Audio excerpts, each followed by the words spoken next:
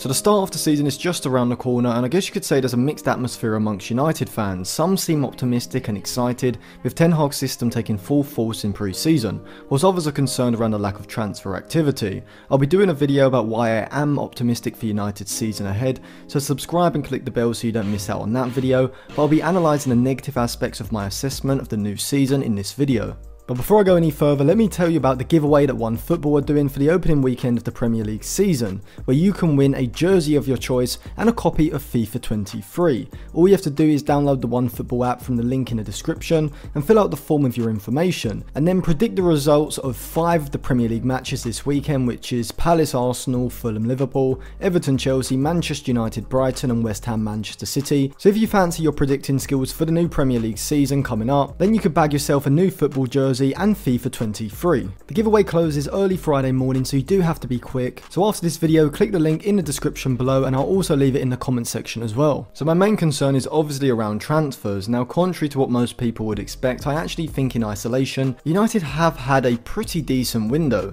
The signings of Malacia and Eriksen, in my opinion, are two shrewd signings, particularly for the cost, whilst Lisandro Martinez is a game changer for Ten Hag in possession from the left-sided centre-back position. However, the issue is that United didn't just need a good transfer window, they needed a great one. As from the end of last season, United's squad was so far behind the likes of Liverpool, City, Chelsea and Tottenham that just to catch up they needed to invest well in the squad. At the start of the summer, I thought United needed at least 5, maybe 6 new signings. A left-sided centre-back, which they did get in Lisandro Martinez, a right-back, an industrious central midfielder, a creative central midfielder, a wide attacker and potentially a left-back, which they did get with the signing of Malacia. But apart from the left-back and the centre-back, United haven't addressed the other areas I identified. Yes, they have been aggressively pursuing De Jong and Antony, but this just seems like typical Manchester United, putting all their eggs in one basket without pursuing other options when the deal doesn't make sense. As I said in a recent video on Antony and De Jong's potential transfers, I think both are massively overpriced, with De Jong's overpricing coming somewhat from his transfer fee, but mostly from his salary, which is expected to be around $450,000 per week if signed. For Antony, it's the fee that's the issue, as Ajax are demanding a fee in the region of 80 to 100 million euros, which is crazy as I wouldn't pay any more than 50 million euros max for him. Even if United were to pull off the De Jong transfer, I just feel that in comparison to the squad of Tottenham, Chelsea and even Arsenal, United don't look as strong as you would want. I think a ball-winning central midfielder is the clear position that United haven't filled, with Fred Garner and McTominay not being that destroyer that I think would give Ten Hag the perfect balance in a double pivot alongside De Jong. Up front, United do have a pretty good starting front three, but the quality in depth is sparse. Martial and Rashford, whilst looking impressive in pre-season, have just come off a dire season, and both are inconsistent to say the least. If you look at what Tottenham have done this window, I don't think you can say it's anything but impressive. The wing-back pair of Ivan Perisic and Jed Spence for under £20 million in total is great business in my book. Langley has been added to the back three, whilst new signing Yves Bissouma alongside Bentancur with Højbjerg as backup is also an impressive double pivot.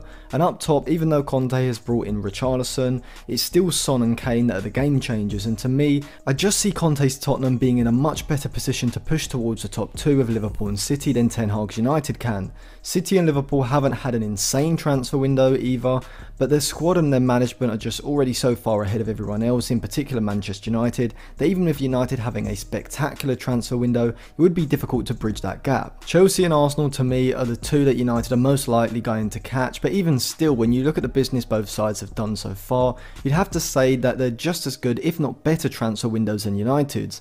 Koulibaly is a perfect Rudiger replacement, while Sterling adds goal scoring ability and has to be considered an upgrade in the attacking midfield position behind the striker. I do think the addition of a centre forward would be amazing for Chelsea, though there aren't too many obvious options on the market, and I could see Kai Havertz as a false 9 working quite well. Add on to this Chelsea's willingness to go out and spend big in the last month of the window, with players like Cucurella, Kyle Walker-Peters and potentially another centre back like Fofana all being pushed for. Chelsea are only going to improve their squad further. Arsenal haven't had an amazing transfer window, it's been good, it's not been great, but even still I think you'd have to say that currently they do have a better squad than United. If Partey doesn't join Benjamin Mendy behind bars and Arteta doesn't have any season-defining injuries throughout the campaign, then Arsenal probably are in a better position to get top 4 than United at the moment. I think with Manchester United you are banking on Ten Hag improving the players that are already there. It is possible that Martial and Rashford could transform into top level players again, and youngsters like Garnacho, Garner and Medjbri are almost like new signings effectively, having not really been a part of the playing squad last year.